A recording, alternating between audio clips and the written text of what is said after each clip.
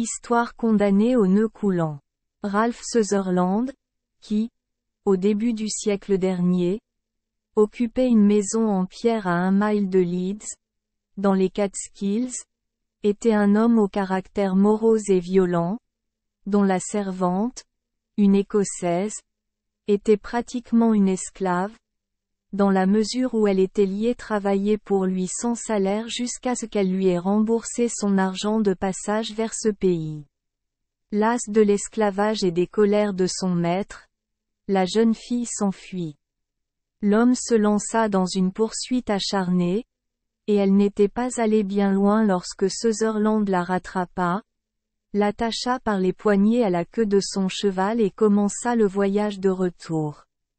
Ensuite, il jura que la jeune fille avait trébuché contre les jambes du cheval, effrayant si bien l'animal qu'il s'était précipité en courant, le jetant hors de la selle et précipitant à mort le serviteur sur les rochers et les arbres.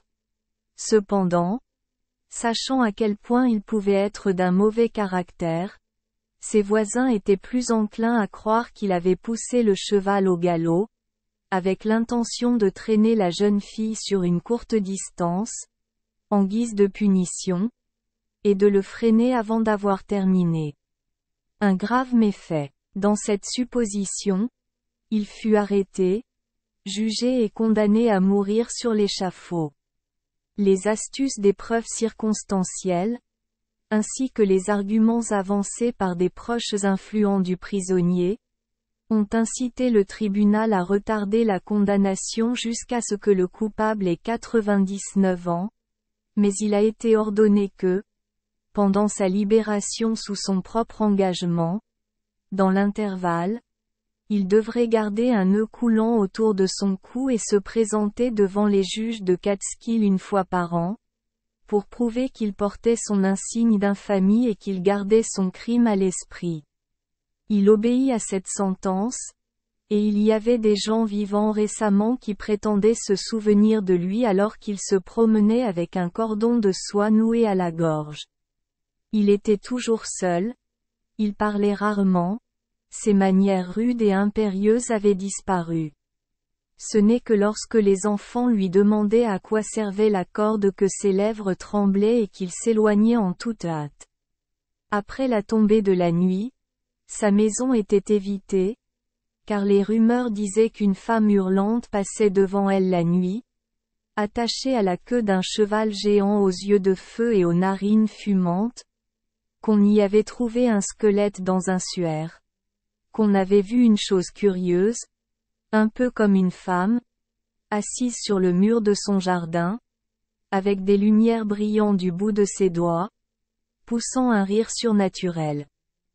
Et que les animaux domestiques faisaient des reproches à l'homme en gémissant et en hurlant sous ses fenêtres. Il connaissait ses croyances, mais il ne les affligeait pas, ne les méprisait pas et ne répondait pas lorsqu'on lui en parlait. Les années passèrent. Chaque année augmentait sa réserve et sa solitude, et certains commençaient à murmurer qu'il quitterait le monde par ses propres moyens, tandis que d'autres répondaient que les hommes nés pour être pendus ne se noieraient jamais. Mais une nouvelle république fut créée, de nouvelles lois furent adoptées, de nouveaux juges siégèrent pour les exercer.